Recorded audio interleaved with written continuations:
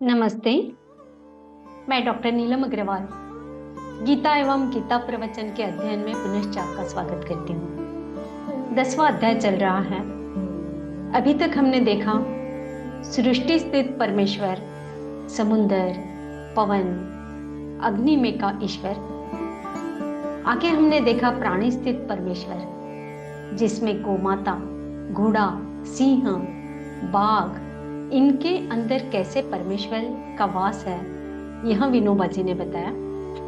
वैसा ही वहां सांप से लोग बहुत डरते हैं, परंतु सांप मानो कर्मठ शुद्ध प्रिय ब्राह्मण ही है। कितना स्वच्छ, कितना सुंदर, जरा भी गंदगी उसे बर्दाश्त नहीं होती। वह मानो एकांतवासी ऋषि ही हो। निर्मल, सतेज, मनोहर हार जैसा वह सांप, उससे क्या डरना। हमारे पूर्वजों ने तो उसकी पूजा का विधान किया है। भले ही आप कहिए कि हिंदू धर्म में न जाने कैसी कैसी मूर्खताएं भरी पड़ी है, परंतु नाग पूजा का विधान उसमें अवश्य है। बचपन में मैं अपनी माँ के लिए चंदन के नाग का चित्र बना दिया करता था। मैं माँ से कहता, माँ बाजार में तो अच्छा चित्र मिलता है। वह कहती, वह रद्दी है, मुझे नहीं चाहिए, अपने बच्चों का बनाया चित्र ही अच्छा लगता है। फिर उस नाग की पूजा हो जाती। यह क्या पागलपन है। परंतु जरा विचार कीजिए, वह सर्प श्रावण मास में अतिथि बनकर हमारे घर आता है। बरसात हो जाने से उस बेचारे के घर में पानी भर जाता है, तब वह क्या करेगा। दूर एकांत में रहने वाला वह ऋषि आपको व्यर्थ कष्ट न हो इस विचार से किसी छप्पर के नीचे कहीं लकड़ियों में पड़ा रहता है। वह कम से कम जगह घेरता है, परंतु हम डंडा लेकर दौड़ते हैं। संकटग्रस्त अतिथि यदि हमारे घर आ जाए तो क्या उसे मारना उचित है। कहते हैं कि संत फ्रांसीसी को जब जंगल में सांप दिखाई देता तो वह उससे बड़े प्रेम भाव से कहता, आ भाई आ। सांप उसकी गोद में खेलते, उसके शरीर पर इधर उधर चढ़ते। इसे झूठ मत समझिए, प्रेम में अवश्य ऐसी शक्ति रहती है। सांप को विषैला कहा जाता है, परंतु मनुष्य क्या कम विषैला है। सांप तो कभी कभी काटता है, जानबूझकर नहीं काटता। 100 में से 90 तो निर्विष ही होते हैं। आपकी खेती की वह रक्षा करता है, खेती का नाश करने वाले असंख्य कीड़ों और जंतुओं को खाकर रहता है। ऐसा यह उपकारी, शुद्ध, तेजस्वी, एकांत प्रिय सर्प भगवान का रूप है। शंकर के गले में सांप लपेटे दिए हैं। भगवान विष्णु को तो नागशैया ही दे दी है। इसका मर्म, इसका माधुर्य जरा समझो। इन सब का भावार्थ यह है कि नाग रूप में यह ईश्वरीय मूर्ति ही व्यक्त हुई है। इस सर्पस्थ परमेश्वर का परिचय प्राप्त कर लो। ऐसे कितने उदाहरण दूं, मैं तो केवल कल्पना दे रहा हूँ। रामायण का सारा सार इस प्रकार की रमणीय कल्पना में ही है। रामायण में पिता पुत्रों का प्रेम, माँ बेटों का प्रेम, भाई भाई का प्रेम, पति पत्नी का प्रेम, सब कुछ है। परंतु मुझे रामायण इस कारण प्रिय नहीं है। मुझे वह इसलिए प्रिय है कि राम की मित्रता वानरों से हुई। राम का रामत्व, रमणीयत्व सचमुच इसी बात में है कि राम और वानर मित्र हो गए। ऐसे ही कृष्ण का और गायों का संबंध है। सारी कृष्ण पूजा का आधार यह कल्पना है। श्री कृष्ण के किसी चित्र को लीजिए तो आपको आसपास गायें खड़ी मिलेगी। गोपाल कृष्ण, गोपाल कृष्ण। यदि कृष्ण से गायों का अलग कर दे तो फिर कृष्ण में बाकी क्या रहा। राम से यदि वानर हटा दिए तो फिर राम में भी क्या राम रहेगा। राम ने वानरों में भी परमात्मा के दर्शन किए और उनके साथ प्रेम और घनिष्ठता का संबंध स्थापित किया। यह में है रामायण की कुंजी। इस कुंजी को आप छोड़ देंगे तो रामायण की मधुरता खो देंगे। पिता पुत्र, माँ बेटे का प्रेम तो और जगह भी मिल जाएगा, परंतु नर और वानर के अन्यत्र न दिखने वाली यह मधुर मैत्री केवल रामायण में ही मिलेगी। वानर में स्थित भगवान को रामायण में आत्मसात किया। ब्रह्म की आंखें कैसी होती हैं, यह बताते हुए उपनिषदों ने बंदर की आंख की उपमा दी है। बंदरों की आंखें बड़ी चंचल होती हैं, चारों ओर उनकी निगाह दौड़ती है। ब्रह्म की आंखें ऐसी ही होनी चाहिए। आंखें स्थिर रखने से ईश्वर का काम नहीं चलेगा। हम आप ध्यानस्थ होकर बैठ सकते हैं, परंतु ईश्वर ध्यानस्थ हो जाए तो फिर संसार का क्या हाल होगा। अतः ऋषियों को बंदर में सबकी चिंता रखने वाले ब्रह्म ही दिखाई देते हैं। और वह मोर, महाराष्ट्र में मोर बहुत नहीं है, परंतु गुजरात में उनकी विपुलता है। मैं गुजरात में था, रोज 10-12 मील घूमने की आदत थी। घूमते हुए मुझे मोर दिखाई देते थे। जब आकाश में बादल छा रहे हो, मेघ बरसने की तैयारी हो, आकाश का रंग गहरा शाम हो गया हो, तब मोर कूकता है। हृदय से खींच कर निकालने वाली उसकी वहां तीव्र पुकार एक बार सुनो तो पता चले हमारा सारा संगीत शास्त्र मयूर की इस ध्वनि पर ही रचा गया है। मयूर की ध्वनि षड्ज है, षड्जरौती। वहां पहला षड्ज हमें मोर से मिला, फिर घटा बढ़ाकर दूसरे स्वर हमने बिठाए।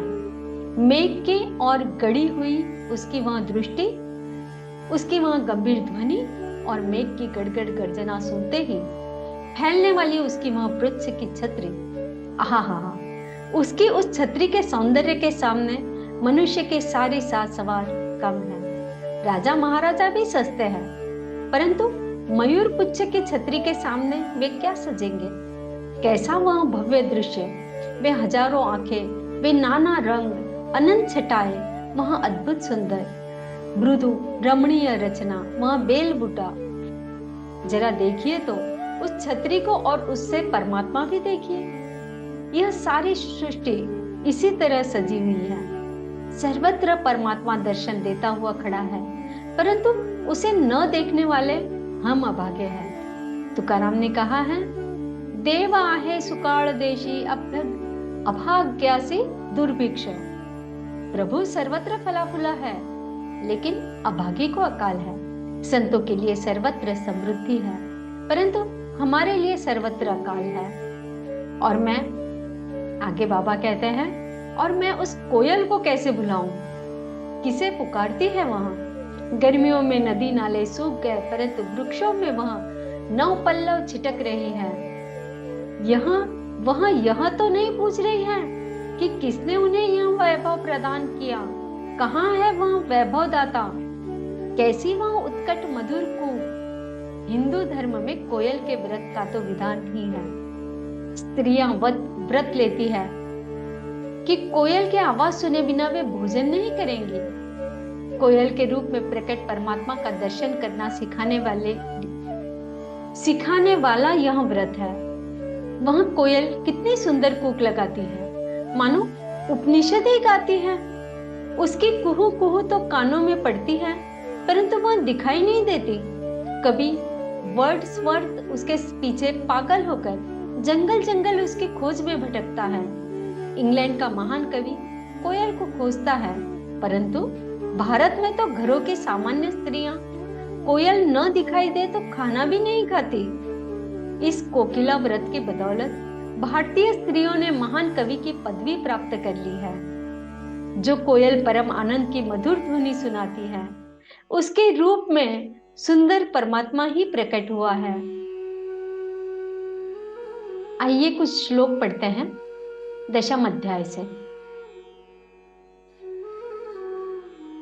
प्रह्लादश्चास्मि दैत्यानां कालयतामहं मृगाणां च मृगेन्द्रोऽहं वैनतेयश्च पक्षिणां। मैं सभी असुरों में भक्त प्रहलाद हूँ। मैं सभी गिनती करने वालों में समय हूँ। मैं सभी पशुओं में सिंह हूँ और मैं ही पक्षियों में गरुड़ हूँ। पवनः पवतामस्मि राम शस्त्रभृतामहं झषाणां मकरश्चास्मि स्रोतसामस्मि जाह्नवी। मैं समस्त पवित्र करने वालों में वायु हूँ। मैं सभी शस्त्र धारण करने वालों में राम हूँ। मैं सभी मछलियों में मगर हूँ और मैं ही समस्त नदियों में गंगा हूँ। सर्गाणाम आदिरन्तश्च मध्यं चैवाहम् अर्जुन। अध्यात्मविद्या विद्यानां वाद प्रवदतामहम्। हे अर्जुन, मैं ही समस्त सृष्टियों का आदि, मध्य और अंत हूँ। मैं सभी विद्याओं में ब्रह्म विद्या हूँ और मैं सभी तर्क करने वालों में निर्णायक सत्य हूँ। अक्षराणाम् अकारोऽस्मि द्वन्द्वः सामासिकस्य च। अहम् एवाक्षयः कालो धाताहं विश्वतो मुख। मैं सभी अक्षरों में ओंकार हूँ, मैं ही सभी समासों में द्वंद्व हूँ, मैं कभी न समाप्त होने वाला समय हूँ और मैं ही सभी को धारण करने वाला विराट स्वरूप हूँ। मृत्यु सर्वहरश्चाहम् उद्भवश्च भविष्यताम्। कीर्ति श्रीर्वाक् स्नारिणाम् स्मृतिर्मेधा धृतिश्रमा। मैं ही सभी को नष्ट करने वाली मृत्यु हूँ, मैं ही भविष्य में सभी को उत्पन्न करने वाली सृष्टि हूँ। स्त्रियों वाले गुणों में कीर्ति, सौंदर्य, वाणी की मधुरता, स्मरण शक्ति, बुद्धि, धारणा और क्षमा भी मैं ही हूँ। बृहत् साम तथा साम्नां गायत्री छन्दसामहम्। मासानां मार्गशीर्षो अहम ऋतूनां कुसुमाकरः। मैं सामवेद की गाने वाली श्रुतियों में बृहत् साम हूँ, मैं छंदों में गायत्री छंद हूँ, मैं महीनों में मार्गशीर्ष और मैं ऋतुओं में वसंत हूँ। द्यूतं छलयतास्मस्मि तेजस्तेजस्विनामहम्। जयोऽस्मि व्यवसायोऽस्मि सत्वं सत्ववतामहम्। मैं छलने वालों का जुआ हूँ, मैं तेजस्वियों का तेज हूँ, मैं जीतने वालों का विजय हूँ, मैं व्यवसायियों का निश्चय हूँ और मैं ही सत्य बोलने वालों का सत्य हूँ। श्री कृष्णार्पणम।